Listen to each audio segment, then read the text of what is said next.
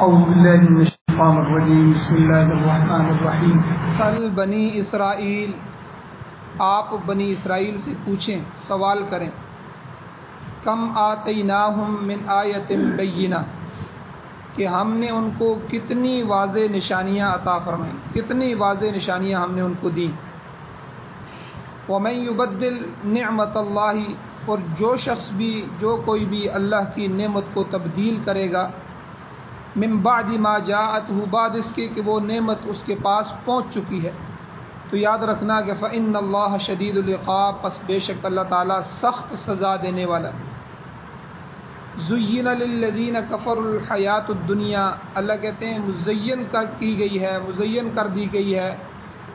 ان لوگوں کے لیے جنہوں نے کفر کیا، کافروں کے لیے دنیا کی زندگی، بس ان کو دنیا کی زندگی کی ہی پڑی رہتی ہے، ان کے لیے وہ مزین کر دی گئی ہے۔ وَيَسْخَرُونَ مِنَ الَّذِينَ آمَنُوا، اس حال میں کہ وہ ایمان والوں کا مذاق اڑاتے ہیں۔ وَالَّذِينَ اتَّقَوْا، اور وہ لوگ جو تقوی والے ہیں، جو متقی لوگ ہیں، فَوْقَهُمْ، ان کافروں کے اوپر ہوں گے، اوپر والے بلند درجات کے اندر ہوں گے، یوم القیامہ، قیامت کے دن۔ وَاللَّهُ يَرْزُقُ مَن يَشَاءُ بِغَيْرِ حساب، اور اللہ تعالیٰ جسے چاہے بغیر حساب کے روزی عطا فرماتا ہے۔ سورہ بقرہ کی آیت نمبر 211 اور 212 آج کے درس میں تلاوت ہوئی ہے۔ گزشتہ آیت میں، پچھلے درس کی آیت میں اللہ تعالیٰ نے متنبع کیا تھا کہ اس کے واضح احکامات آ جانے کے بعد ان کی خلاف ورزی نہیں کرنی چاہیے،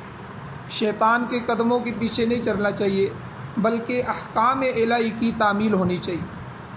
واضح نشانات دیکھنے کے بعد بھی اگر کوئی شخص پھسل جائے تو وہ اللہ تعالیٰ کی گرفت میں آ سکتا ہے۔ اسی سلسلے میں اللہ تعالیٰ نے بطور مثال یہاں ان آیتوں میں ارشاد فرمایا کہ سل بنی اسرائیل، آپ ذرا بنی اسرائیل سے دریافت تو کریں، ان سے پوچھیں تو صحیح کہ کم آتیناہم من آیۃ بینہ، کہ ہم نے ان کو کتنی واضح نشانیاں عطا فرمائیں۔ کلی اور واضح نشانیوں میں تعلیم بھی آ جاتی ہے، معجزات بھی آتے ہیں۔ مطلب یہ کہ اللہ تعالیٰ نے موسیٰ علیہ السلام کے توسط سے، ان کے واسطے سے تمہیں کس قدر واضح معجزات اللہ نے عطا فرمائے۔ ان کی تفصیل پیچھے دروس میں گزر چکی ہے کہ ان میں ایک تو ہے کہ ابر کا سایہ، بادلوں کا سایہ، میدان میں جب وادی تی میں تھے تو ان کے اوپر بادل سایہ کیے رکھتے تھے، کتنی بڑے اللہ کا نعمت تھا ان کو۔ اور پتھروں سے 12 چشموں کا جاری ہونا، پتھروں میں سے اللہ نے ان کے لیے، بنی اسرائیل کے لیے پانی نکالا اور ان کو سیراب کیا۔ پھر ان کے لیے من و سلوہ کا، اور من و سلوہ کی خوراک کا اترنا اور ان کو مہیا ہونا، یہ کتنی بڑی اللہ کی نعمت اور نشانی تھی ان کے لیے۔ پھر دشمن کو، یعنی فرعون کو، ان کی آنکھوں کے سامنے اللہ نے ہلاک کیا، وہ دیکھ رہے تھے، وہ ہم ینظرون، اس حال میں کہ وہ جب انہوں نے بحیرہ کلزم پار کیا اور دریا پار کرنے کے بعد ادھر کھڑے ہوئے، دیکھ رہے تھے کہ فرعون ان کے پیچھے آ رہا ہے، اور دیکھتے ہی دیکھتے دریا نے اس کو، سارے کے سارے لشکر کو، سارے فرعونیوں کو غرق کر دیا۔ تو یہ اللہ کی کتنی بڑی نعمت تھی ان کے اوپر۔ پھر بنی اسرائیل کے لیے سمندر نے راستے دے دیے، یہ کتنی بڑی انعامات اور واضح نشان تھے اور معجزات تھے، یہ سب کے سب بنی اسرائیل کو عطا کیے گئے۔ مگر اس کے باوجود انہوں نے اللہ تعالیٰ کے احکامات کا انکار کیا اور پے در پہ غلطیاں کی اور کوتاہیاں کی، جن کا ذکر اس صورت مبارکہ میں بھی پیچھے آ چکا ہے، جن کی تعداد کم و بیش 40 ہے۔ میں نے 40 کوتاہیاں اور بدماشیاں جو بنی اسرائیل کی تھیں وہ جو ہے پیچھے سورہ بقرہ پہلے سپارے کے اندر گزر چکی ہیں۔ تو اللہ نے پھر ہر دفعہ ان کو معاف کیا،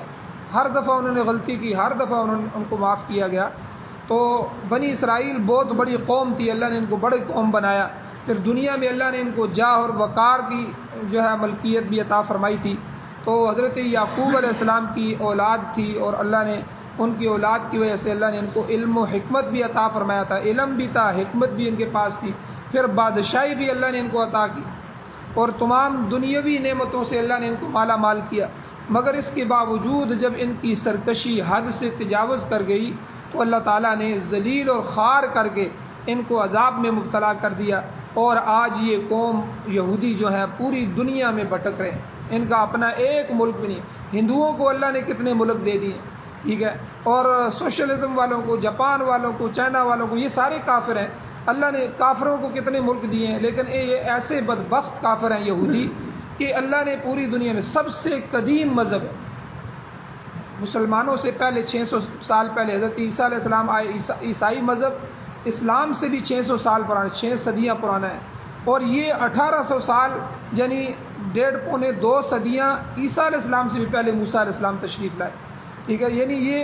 قدیم مذہب ہونے کے باوجود پوری دنیا میں اللہ نے ان کو ایسا ذلیل کر دیا کہ ان پر اللہ نے انعامات بھی بے شمار کیے، لاڈلی قوم تھی، بڑے بے شمار انعامات کیے، اور دنیا کی علم و حکمت اللہ نے ان کو عطا کی، بادشاہیاں عطا کی، لیکن انہوں نے اللہ کی کسی نعمت کی قدر نہیں کی۔ تو اللہ نے قانون قرآن میں بیان فرمایا، وَمَن يُبَدِّلْ نِعْمَةَ اللَّهِ مِن بَعْدِ مَا جَاءَتْهُ۔ ان آیتوں میں اللہ کیا فرماتے ہیں، جو کوئی اللہ کی نعمت کو بدل دے گا بعد اس کے کہ نعمت اس کے پاس آ چکی ہے، نعمت پہنچنے کے بعد اس کے باوجود اس نے اس نعمت کو بدل دیا، اس کی جگہ کفر کیا، اللہ کی نافرمانی کی، فإن اللہ شدید العقاب، اللہ تعالیٰ سخت سزا دینے والا ہے۔ تو یہ یہودیوں کے لیے سخت سزا ہے۔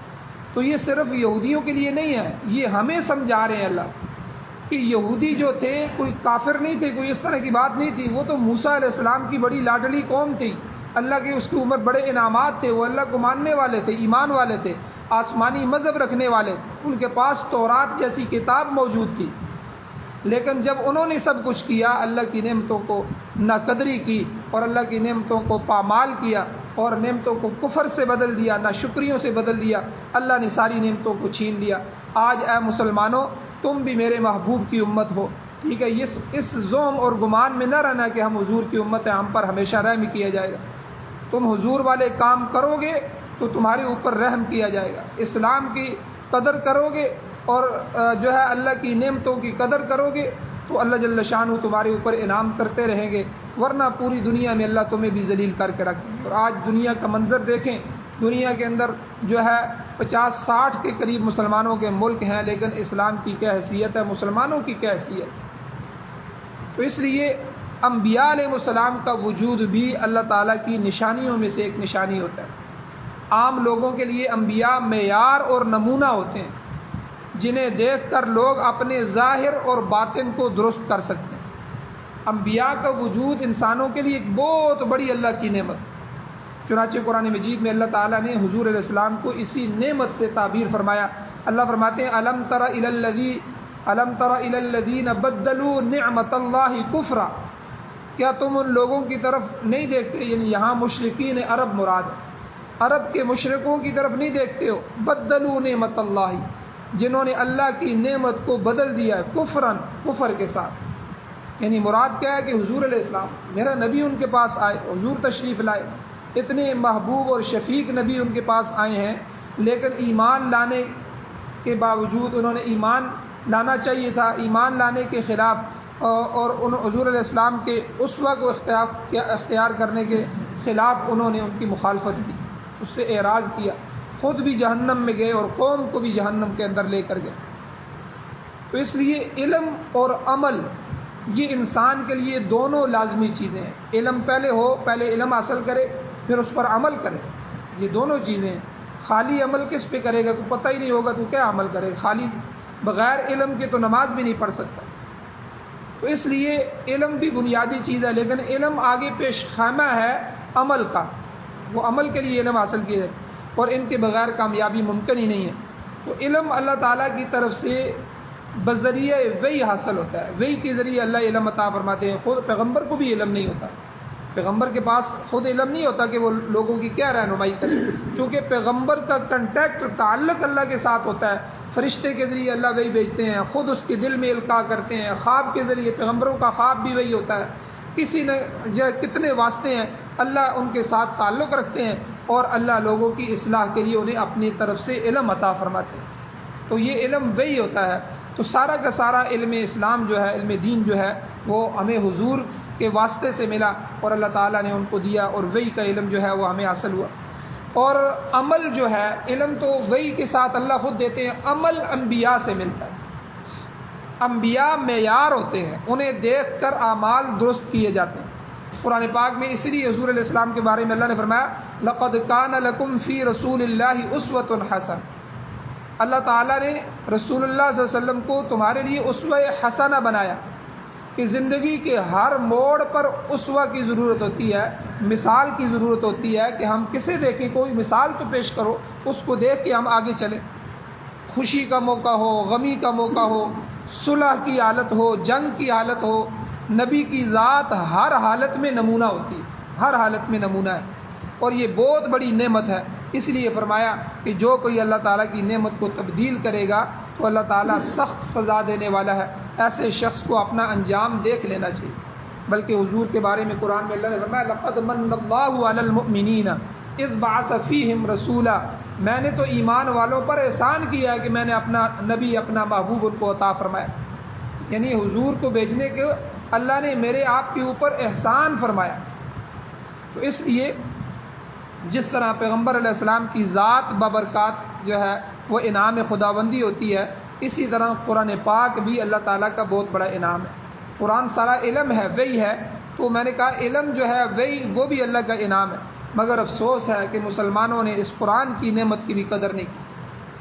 آپ ہر خطبے میں سنتے ہیں، جمعہ کا خطبہ ہو تو خیر الکلام کلام اللہ، کہ تمام کلاموں میں سے سب سے بہتر کلام اللہ کا کلام، وخیر الہدی ہدی محمد صلی اللہ علیہ وسلم، اور بہترین طریقوں میں سے حضور کا طریقہ، ہر خطبے میں۔ مگر آج کون ہے جو ان دونوں انعامات سے مستفید ہونے کی کوشش کرتا ہے کہ میں قرآن کو پڑھوں گا، قرآن کو سمجھوں گا، اس پر عمل کروں گا، یہ میرے اللہ کا میری طرف پیغام ہے اور میں حضور کی سیرت کو اپناؤں گا، ان دونوں کی طرف کون آتا ہے؟ یہ دونوں چیزیں ہمارے لیے راہ ہدایت ہے، مگر جب کسی خوشی کا موقع آتا ہے، غمی کا موقع آتا ہے، قومی اور ملکی مسائل ہمارے سامنے آتے ہیں، سیاسی اور معاشرتی معاملات جب ہمارے سامنے آتے ہیں جن میں ہمیں ضرورت پیش آتی ہے کہ ہم ان دونوں چیزوں سے رہنمائی لیں، قرآن اور سنت سے، تو ان سے رہنمائی لینے کی بجائے ہم رسم و رواج کی طرف آ جاتے ہیں، رسمیں پوری کریں گے، جو چل رہا ہے وہی چلتا رہے گا، ٹھیک ہے، ہمیں قرآن و حدیث کی ضرورت نہیں ہے۔ اور یا دوسرے جو اسلام کے علاوہ جو دوسرے ازم ہیں، ٹھیک ہے، فلاں ازم، سوشل ازم، فلاں ازم، ہم ان کی طرف دیکھتے ہیں، کیا یہ اللہ کے انعامات کی ناقدری نہیں ہے؟ یہ وہی ناقدری نہیں ہے جو بنی اسرائیل نے کی تھی، اور اتنے انعامات، من و سلوہ کس قوم پہ اترا ہے، بادلوں نے کس قوم پہ سائے کیے ہیں، دریاؤں نے کس قوم کو رستے دیے ہیں، دشمن ان کی آنکھوں کے سامنے کس قوم کے سامنے غرق ہوا ہے، اتنے بڑے بڑے انعامات اللہ نے ان کے اوپر کیے تھے، لیکن جب اللہ کی انعامات کی ناقدری کی، اپنے پیغمبر موسیٰ علیہ السلام کی ناقدری کی، تورات کی ناقدری کی، تورات کے اندر خرد برد کر دیا، اس کو بدل کے رکھ دیا، اپنی مرضی کے احکامات اس میں ڈال دیے، اور جو ہے اس کو تباہ و برباد کر دیا اپنی کتاب کو، تو اللہ نے پھر ان کو پوری دنیا میں ذلیل کر دیا۔ تو آج ہماری بھی یہی حالت، من حیث القوم جو ہے، بلکہ من حیث المسلم، پوری دنیا میں مسلمان ہونے کے ناطے ہم اتنے اپنے وسائل ہونے کے باوجود، اپنا ملک ہونے کے باوجود، اپنے ملک میں ہر ذخائر ہونے کے، ہر طرح کے ذخائر ہونے کے باوجود جو ہے ہم غیروں کے محتاج ہیں، ہم اپنی مرضی سے اپنے ملک کو بھی استعمال نہیں کر سکتے، مقروض ہیں، قرضوں کے اندر دبے ہوئے۔ ہمارے ایک استاد تھے مفتی صاحب، وہ 24 سال دارالافتاء میں بیٹھے، دارالافتاء جہاں لوگ فتویٰ لینے کے لیے آتے ہیں، وہ اپنا مشاہدہ بیان کرتے ہیں، کہتے ہیں 24 سال میں صرف ایک آدمی آیا جس نے طلاق کے مسئلے میں صحیح راستہ تلاش کرنے کی کوشش کی، یعنی آ کے پہلے علم حاصل کیا۔ وہ آیا اور کہنے لگا جی دیکھو ہمارے بچے اور اس کی بیوی میں جھگڑا ہے، یعنی میری بہو میں اور میرے بچے میں تنازع چل رہا ہے، شروع سے چل رہا ہے، ہم والدین نے بڑی کوشش کی، مصالحت کی، اور ہم 2-3 سال سے کوشش میں لگے ہوئے ہیں، مگر کامیابی کی کوئی صورت نظر نہیں آ رہی۔ اب نوبت جو ہے وہ طلاق تک پہنچ چکی ہے، لہٰذا مفتی صاحب آپ ہمیں طلاق کا شرعی طریقہ بتائیں تاکہ ہم عند اللہ محفوظ نہ ہوں، اللہ ہمیں پکڑے نہ۔ تو کہتے ہیں اس ایک کیس کے علاوہ ہمیشہ یوں ہوا کرتا تھا کہ لوگ خود 3 طلاقیں دے دیتے، دینے کے بعد جب ندامت ہوتی، شرمندگی ہوتی، پھر ہمارے پاس آتے کہ بھئی ہم نے تو جلدی میں طلاق دے دی، غصے میں طلاق دے دی، اب کوئی راستہ بتائیں، کوئی طریقہ بتائیں کہ اس میں ہمارے لیے وہ متعلقہ جو ہے جس کو طلاق دی ہے وہ دوبارہ حلال ہو جائے۔ اللہ کے بندو، بغیر سوچے سمجھے، بغیر مسئلہ دریافت کیے ہوئے، بغیر علم کے ایسا کام کیوں کرتے ہو جس سے خود تمہیں بھی تکلیف ہو اور جو تمہارے والدین پورے خاندان کے لیے باعث اذیت ہو۔ یہ مسئلہ یاد رکھیں، چاروں مذاہب میں، چاروں فقہ کے اندر، امام شافعی رحمۃ اللہ علیہ کے ہاں، امام مالک، امام احمد بن حنبل، امام ابو حنیفہ، یہ چاروں فقہ جو پوری دنیا میں رائج ہیں، ان سب میں تیسری طلاق کے بعد بیوی ہمیشہ کے لیے حرام ہو جاتی ہے۔ یاد رکھیں، تیسری طلاق کے بعد یا تین زبردستی گٹھی دے دے، ٹھیک ہے، یا ایک ایک کر کے تین دے، تو تین کے بعد کوئی گنجائش نہیں ہے سوائے اس کے کہ شرعی حلالہ ہو۔ شرعی حلالہ یہ ہے، یہ نہیں کہ کسی بندے کو پکڑ کے اس کے ساتھ حلالہ کروایا جائے، یہ تو جائز نہیں ہے، اگرچہ اس سے بیوی آگے جائز ہو جاتی ہے کیونکہ نکاح سے گزر گئی ہے، لیکن جو ہے یہ اس پر اللہ کی طرف سے لعنت ہوتی ہے۔ شرعی حلالہ یہ ہے کہ وہ بیوی عدت گزرنے کے بعد اپنی مرضی سے کسی سے شادی کرتی ہے، پھر وہ خاوند خود اپنی مرضی سے 10 دن بعد، 10 سال بعد، 20 سال بعد جو ہے طلاق دے دیتا ہے، یا وہ خود فوت ہو جاتا ہے، پھر یہ جو ہے اپنی عدت گزارے گی، پھر اس کے بعد پہلے خاوند کے لیے حلال ہو۔ تو اب جو ہے ہم پھر کیا کرتے ہیں، پھر شیعوں کے پاس جاتے ہیں، اہل حدیثوں کے پاس جاتے ہیں، وہاں جا کے جو ہے مسئلہ دریافت کرتے ہیں، کسی طرح اب حلال ہو جائے، فتویٰ مل جائے۔ بھائی پہلے تم نے جو اللہ نے تمہارے اوپر اتنا بڑا انعام کیا تھا، مفتیان اللہ نے تمہیں عطا فرمائے ہیں، اہل علم تمہیں اللہ نے عطا فرمائے ہیں، علماء عطا فرمائے ہیں، تمہارے پاس مساجد ہے، مدارس ہیں، مراکز موجود ہیں، تم نے پہلے جا کے کوشش کیوں نہیں، پہلے جا کے مسئلہ کیوں نہیں درا؟ آپ خود اندازہ کریں کہ ایک مفتی دارالافتاء میں 24 سال بیٹھتا ہے، لوگوں کی رہنمائی کے لیے ان کو مسائل بتاتا ہے، وہ اپنا مشاہدہ بتا رہا ہے کہ مجھے 24 سال میں ایک کیس ایسا آیا میرے پاس کہ جس بندے نے آ کے مجھ سے پہلے پوچھا کہ بھئی ہمارے حالات یہاں تک پہنچ چکے ہیں، اب ہم نے طلاق تو دینی ہی دینی ہے، تو اس لیے آپ ہمیں شرعی طریقہ بتائیں۔ پہلے آ کے اس نے سیکھا۔ اس میں میں نے پہلے بھی بیان کیا تھا، جب طلاق دینی پڑ جائے تو مسئلہ آ جائے تو ایک طلاق دیں، ایک طلاق دینے کے بعد بھی نکاح ٹوٹ جاتا ہے۔ کب؟ جب تین مہینے تک تو وہ طلاق رجعی رہتی ہے، اس میں رجوع کا اختیار ہوتا ہے، بندہ رجوع کرنا چاہے تو بیوی کو واپس لوٹا سکتا ہے، کوئی مسئلہ نہیں ہے، صرف اس کو کہہ دے بھائی ٹھیک ہے میں تم سے رجوع کرتا ہوں، بس ختم ہو۔ یا 2 طلاقیں دی تب بھی رجوع کر سکتا ہے، لیکن ایک طلاق دے دی، اب اس پر عدت شروع ہو گئی، عورت کی عدت شروع ہو گئی، 1 حیض، 2 حیض، 3 حیض، یعنی 3 مہینے تقریباً لگ گئے۔ اب اس کے بعد جو ہی عدت ختم ہوئی تو طلاق رجعی جو تھی جس میں رجوع کر سکتا تھا وہ طلاق بائن ہو گئی۔ اب وہ بیوی اس سے بائن کا مطلب جدا ہو گئی، اب ان کا نکاح ٹوٹ گیا، اب وہ بیوی کسی دوسری جگہ نکاح کر سکتی ہے۔ لیکن اس میں فائدہ یہ ہوگا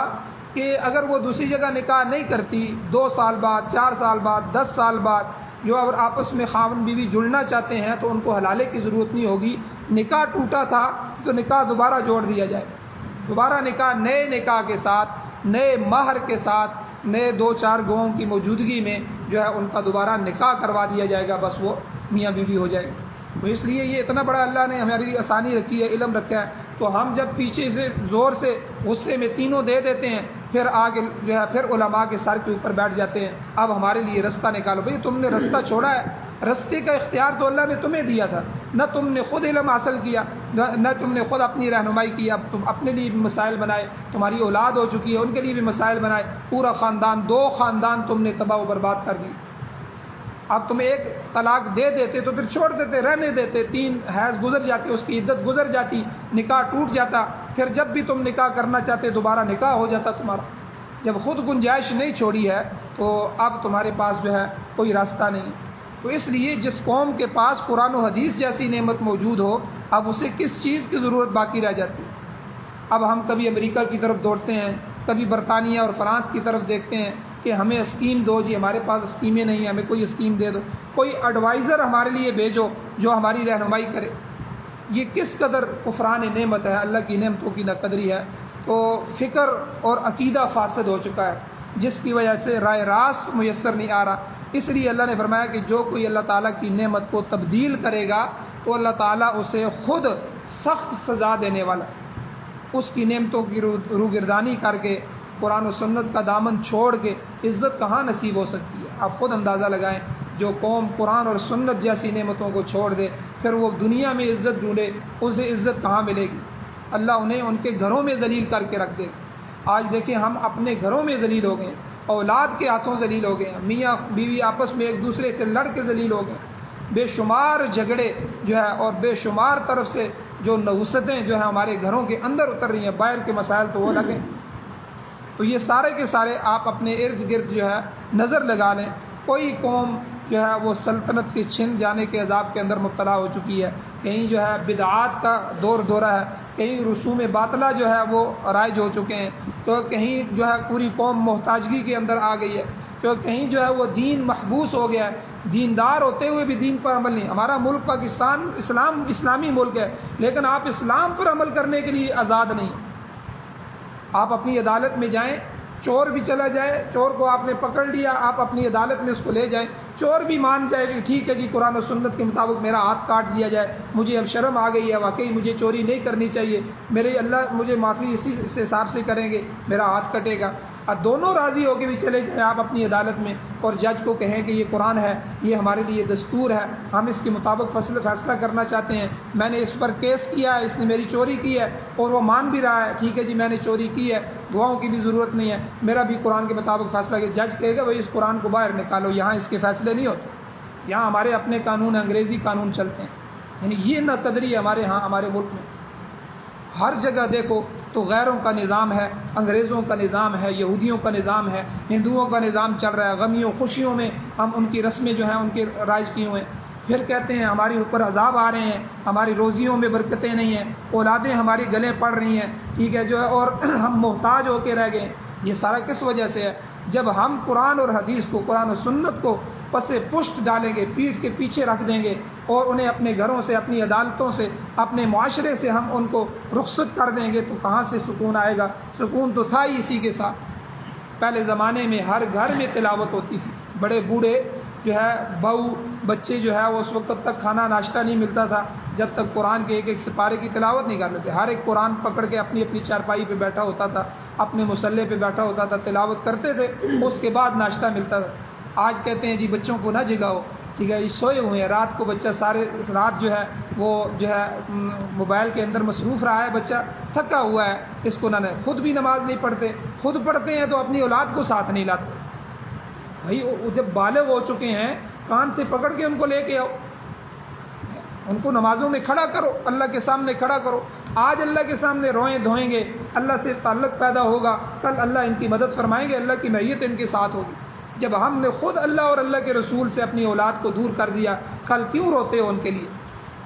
تو اس لیے نماز با جماعت ادا کریں، ٹھیک ہے۔ حضور نے خود فرمایا، حدیث کے اندر آتا ہے کہ جو بادیہ میں، دیہات میں کنویں پر 3 آدمی موجود ہوں، حضور نے فرمایا 3 آدمی کنویں پر موجود ہوں اور وہ نماز با جماعت ادا نہ کریں،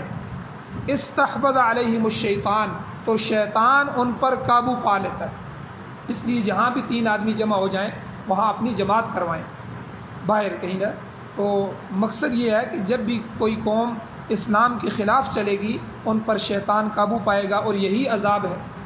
بہرحال اللہ تعالیٰ کے انعامات کی ہمیں قدر کرنا چاہیے۔ بنی اسرائیل نے ان نعمتوں کی قدر نہیں کی، معجزات کو ٹھکرا دیا، نتیجہ یہ نکلا کہ اللہ تعالیٰ کی گرفت میں آ گئے اور اپنی سازشی اور تخریبی اور گندی ذہنیت کی بنا پر بدترین قوم بن کے رہ گئی۔ آپ اندازہ لگائیں، دنیا میں جس قوم کے پاس سب سے زیادہ دولت ہے، یہودیوں کے پاس دنیا میں اس وقت سب سے زیادہ دولت ہے، جن کے پاس سب سے زیادہ حسن ہو، جن کے پاس سب سے زیادہ ذہن ہو، اس قوم کو گھر نہ مل رہا ہو، ملک نہ مل رہا ہو، اس سے بڑا عذاب کیا ہے؟ عام قومیں جو ہیں، ہندو ہیں، 33 کروڑ بت بنائے ہیں انہوں نے، ان کو پوچھتے ہیں، حالانکہ حکومتیں ان سے چھینی جاتی ہیں، ان کی بھی 2-4 ملک موجود ہیں دنیا میں، لیکن اتنی بڑی، یعنی یہ اللہ کی طرف سے بدترین قوم اللہ نے ان کو بنا دیا۔ اسی طرح جو بھی قوم اللہ تعالیٰ کے انعامات کی ناقدری کرے گی وہ ذلیل اور خوار ہو کے رہ جائے گی۔ اللہ تعالیٰ نے آخری نبی کو مبعوث فرمایا، آپ کے ساتھ ایک معیاری جماعت کو اللہ نے پیدا فرمایا، خلفائے راشدین اور دیگر صحابہ اکرام رضی اللہ تعالیٰ اجمعین نے آنے والی نسلوں کے لیے نمونہ بن کے چلے گئے۔ ان کی پیروی کرنے والے دنیا و آخرت میں سرخرو ہوئے، دنیا میں بھی اللہ نے ان کو عروج عطا فرمایا، فتوحات نصیب فرمائی، اور آخرت میں بھی ان کے لیے بہترین اجر و ثواب ہے۔ آج کے زمانے میں جو لوگ قرآن و سنت کو لے کر چلنے والے ہیں، صحابہ کا نمونہ پیش کر رہے ہیں، میں ان کی مثال دینا چاہتا ہوں۔ امارت اسلامیہ افغانستان طالبان کہ طالبان نے کہا کہ جو مرضی ہو جائے، ہمارا ملک ہم سے جاتا ہے، حکومت جاتی ہے چلی جائے، ہماری جانیں چلی جائیں، ہماری اولادیں قربان ہو جائیں، ہم نے قرآن اور حدیث کو، قرآن و سنت کو ہم نے نافذ کرنا ہے، اسلام کو نافذ کرنا ہے، اسلام ہی ہمارا مذہب ہے، اسلام کے اوپر چلیں گے، اسلام کے اوپر چلائیں گے۔ تو آج دیکھیں 20 سال بعد،